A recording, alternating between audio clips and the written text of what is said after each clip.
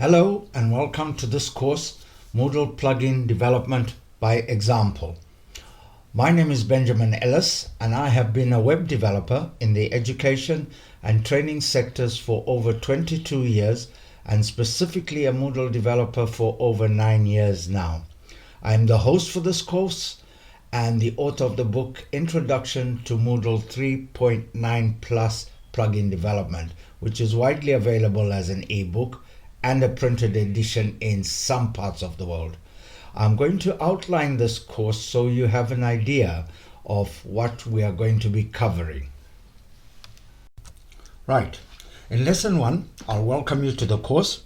We'll look at what is a learning environment. We'll do a small Moodle tour looking at areas where plugins can be developed. We will then look at the Moodle plugin development environment to set yourself up for the rest of the course, and then we'll look at some development tools that are available.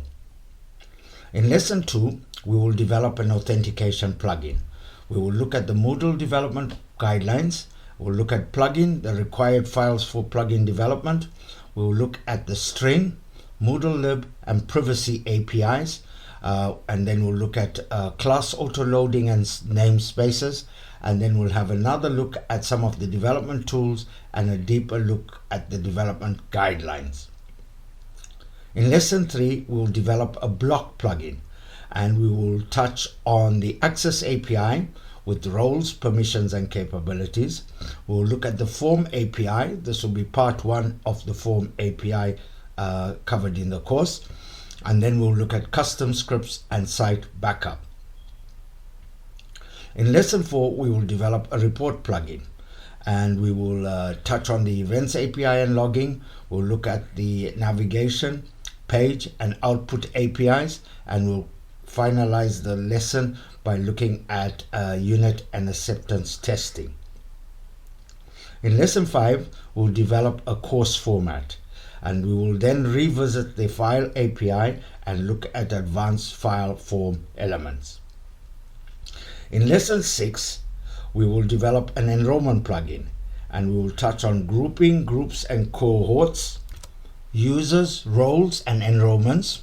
We'll look at the enrollment and data manipulation APIs, and we will finish the lesson by looking at course and activity completions.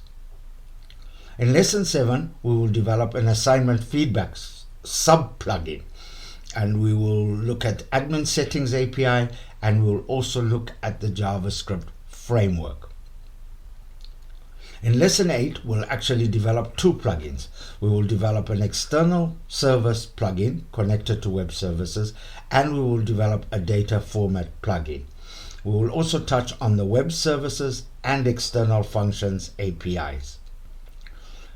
In lesson 9, we will again develop 2 plugins in this lesson.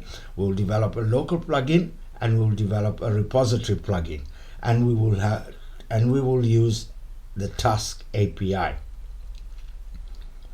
In lesson 10, we will develop a resource module plugin, which we will continue to do in lesson 11, and we will look at the data definition API.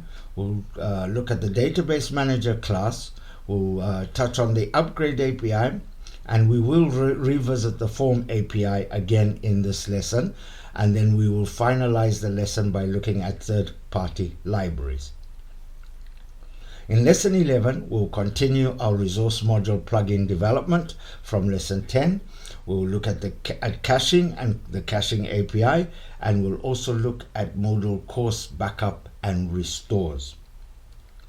In lesson 12, our final lesson, we'll develop a radio buttons custom course field. And then we'll do a roundup of the whole course and look at some of the plugins we did not cover during our course. And then we'll look at publishing or releasing your plugins to the Moodle plugins directory. And then we'll look at a couple of useful forums, the Moodle jobs and the Moodle developer forums. And then we shall conclude the course.